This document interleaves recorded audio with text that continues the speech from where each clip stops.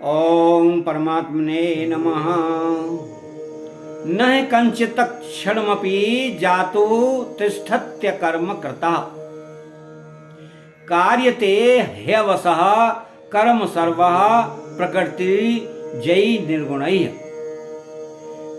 कश्चित कोई हे भी जातु किसी भी अवस्था में क्षणम क्षणमात्र अपि भी अकर्म कृत कर्म किए बिना न नहीं तिष्ठति रह सकता है, क्योंकि अवसः प्रकृति के परवश हुए सर्व सब प्राणियों से प्रकृतिजयी प्रकृतिजन्य गुणय गुण कर्म कर्म कार्यते करवा लेते हैं। अर्थात न कंचित क्षणमपि जातो तिष्ठत्य कर्म कृत। कर्मयोग ज्ञान योग और भक्ति योग किसी भी मार्ग में साधक कर्म किए बिना नहीं रह सकता। यहाँ कश्चित क्षणम और जातु ये तीनों विलक्षण पद हैं। इनमें कंचित पद का प्रयोग करके भगवान कहते हैं कि कोई भी मनुष्य कर्म किए बिना नहीं रहता, चाहे वो ज्ञानी हो या अज्ञानी। यद्यपि ज्ञानी का अपने कहलाने वाले शरीर के साथ कोई संबंध नहीं रहता, तथापि उसके कहलाने वाले शरीर से ही हरदम क्रिया होती रहती है। क्षणम पद का प्रयोग करके भगवान कहते हैं कि यद्यपि मनुष्य में हरदम कर्म रहता है, ऐसा नहीं मानता, तथापि जब तक वह शरीर के साथ अपना संबंध मानता है तब तक वह एक क्षण के लिए भी कर्म किए बिना नहीं रहता। जातु पद का प्रयोग करके भगवान यह कहते हैं कि जागृत और स्वप्न और सुषुप्ति मूर्छा आदि किसी भी अवस्था में मनुष्य कर्म किए बिना नहीं रह सकता। इसका कारण भगवान इसी श्लोक के उत्तरार्ध में अवसः पद से बताते हैं कि प्रकृति के परवश होने के कारण उसे कर्म करने ही पड़ते हैं। प्रकृति निरंतर परिवर्तनशील है, साधक को अपने लिए कुछ नहीं करना है। जो विहित कर्म सामने आ जाए उसे केवल दूसरों के हित की दृष्टि से कर देना है। परमात्मा प्राप्ति का उद्देश्य होने से साधक निषिद्ध कर्म तो कर ही नहीं सकता। बहुत से मनुष्य केवल स्थूल शरीर की क्रियाओं को कर्म मानते हैं, पर गीता मन की क्रियाओं को भी कर्म मानती है। गीता ने शारीरिक वाचिक और मानसिक रूप से की गई मात्र क्रियाओं को कर्म माना है। तो शरीर वांग मनोर वीर्यत कर्मम प्रारभते नरः। जिन शारीरिक अथवा मानसिक क्रियाओं के साथ मनुष्य अपना संबंध मान लेता है, वही सब क्रियाएं कर्म बनकर उसे बांधने वाली होती हैं, अन्य क्रियाएं नहीं। मनुष्यों की एक ऐसी धारणा बनी हुई है कि जिसके अनुसार वे बच्चों का पालन पोषण तथा आजीविका व्यापार नौकरी अध्यापन आदि को ही कर्म मानते हैं, और इनके अतिरिक्त खाना पीना सोना बैठना और चिंतन करना आदि को कर्म नहीं मानते। इसी कारण कई मनुष्य व्यापार आदि कर्मों को छोड़कर ऐसा मान लेते हैं कि मैं कर्म नहीं कर रहा हूँ, परंतु यह उसकी भारी भूल है। शरीर निर्वाह संबंधी स्थूल शरीर की क्रियाएं, नींद चिंतन आदि सूक्ष्म शरीर की क्रियाएं, समाधि आदि कारण शरीर की क्रियाएं, ये सर्व कर्म ही हैं। जब तक शरीर में अहंता समता ममता है तब तक शरीर से होने वाली मात्र क्रियाएं कर्म है। कारण कि शरीर प्रकृति का कार्य है और प्रकृति कभी अक्रिय नहीं होती। अतः शरीर में अहंता ममता रहते हुए कोई भी मनुष्य किसी भी अवस्था में क्षण मात्र भी कर्म किए बिना नहीं रह सकता, चाहे वह अवस्था प्रवृत्ति की हो या निवृत्ति की हो। कार्यते ह्यवसः कर्म सर्वः प्रकृति जयी निर्गुणे। प्रकृति जन्य गुण प्रकृति के परवश हुए प्राणियों से कर्म कराते हैं। परवश होने पर प्रकृति के गुणों द्वारा कर्म कराए जाते हैं, क्योंकि प्रकृति एवं उसके गुण निरंतर क्रियाशील हैं। यद्यपि आत्मा स्वयं अक्रिय असंग, अविनाशी, निर्विकार तथा निर्लिप्त है। तथापि जब तक वह प्रकृति एवं उसके कार्य स्थूल, सूक्ष्म और कारण शरीर में किसी भी शरीर के साथ अपना संबंध मानकर उससे सुख चाहता है, तब तक वह प्रकृति के परवश रहता है।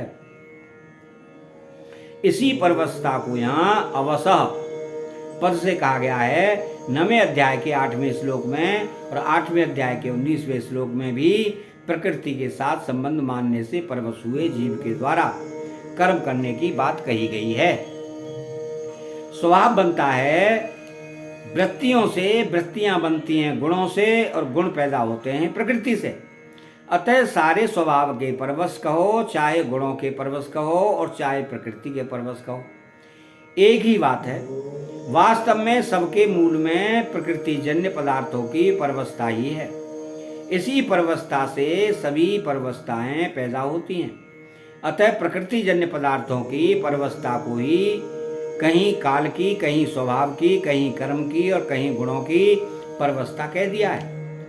तात्पर्य यह है कि यह जीव जब तक प्रकृति और उसके गुणों से अतीत नहीं होता, परमात्मा की प्राप्ति नहीं कर लेता, तब तक यह गुण, काल, स्वभाव आदि के अवश्य परवश ही रहता है।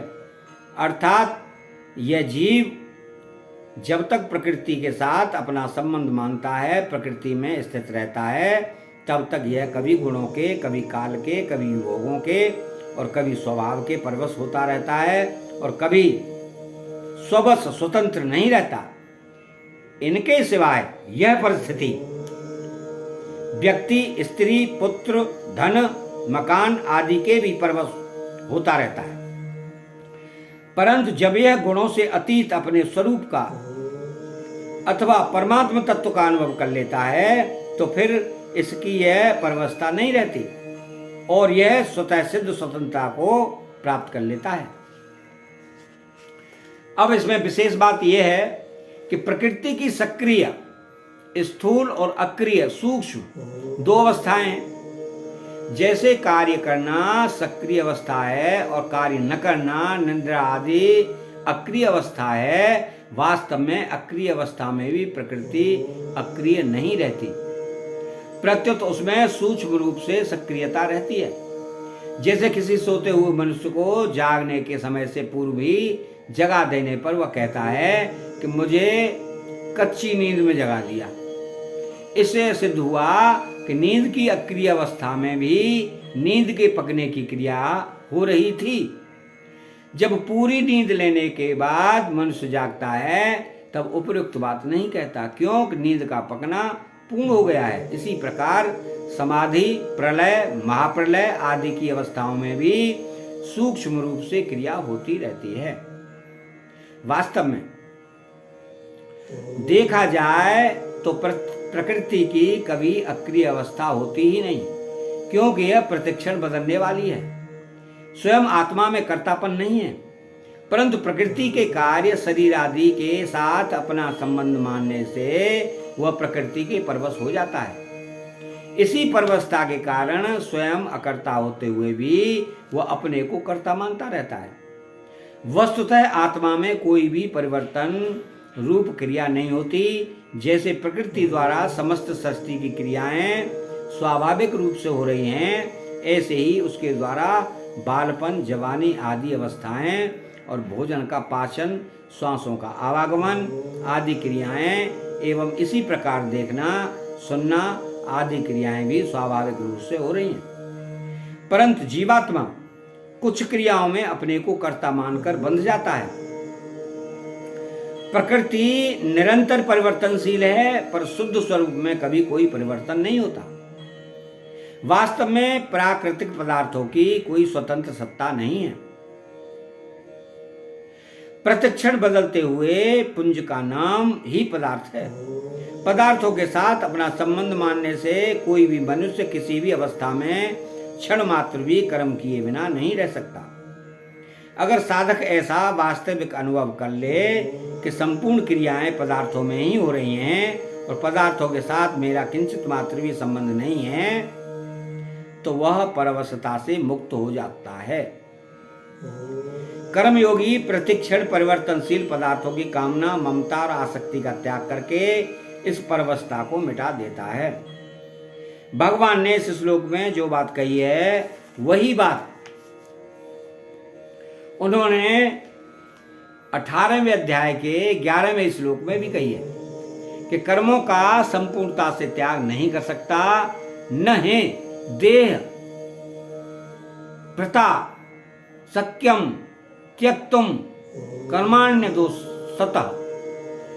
इसके परिशिष्टि भाव में क्रिया मात्र केवल प्रकृति में ही होती है, परंतु प्रकृति के साथ उसका तादात्म्य स्वीकार करने से मनुष्य प्रकृति जन्य गुणों के अधीन हो जाता है अवश्य, तथा उसका क्रिया के साथ संबंध हो जाता है। इसलिए प्रकृति के साथ अपना संबंध मानने वाला कोई भी मनुष्य जागृत, स्वप्न, सुषुप्ति, मूर्छा, समाधि तथा सर्ग, महासर्ग, प्रलय, महाप्रलय आदि किसी भी अवस्था में क्षण मात्र भी कर्म किए बिना नहीं रह सकता।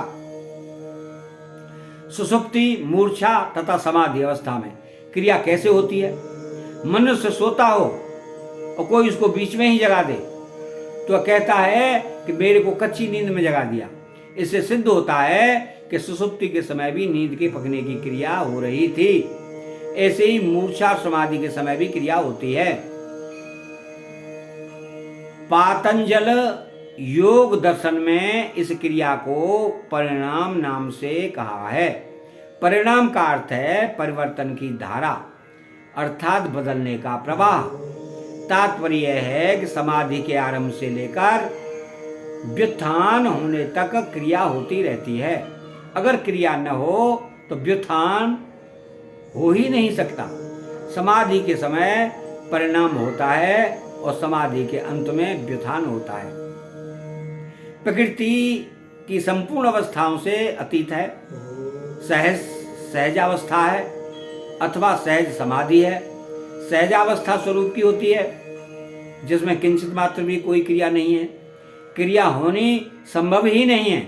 अतः सहजावस्था में परिणाम तथा व्युत्थान कभी होता ही नहीं, कारण कि क्रियाएं प्रकृति विभाग में ही हैं, स्वरूप विभाग में नहीं। कार्यते ह्यवसः कर्म, कर्म करने में तो हम परतंत्र हैं, पर उनमें राग द्वेष करने में अथवा न करने में हम स्वतंत्र हैं। अतः 5वां श्लोक यहीं समाप्त होता है। चैनल को सब्सक्राइब करें, बेल आइकन घंटी को दबाएं, कमेंट में श्री राधे कृष्णा लिखें और जय श्री कृष्णा।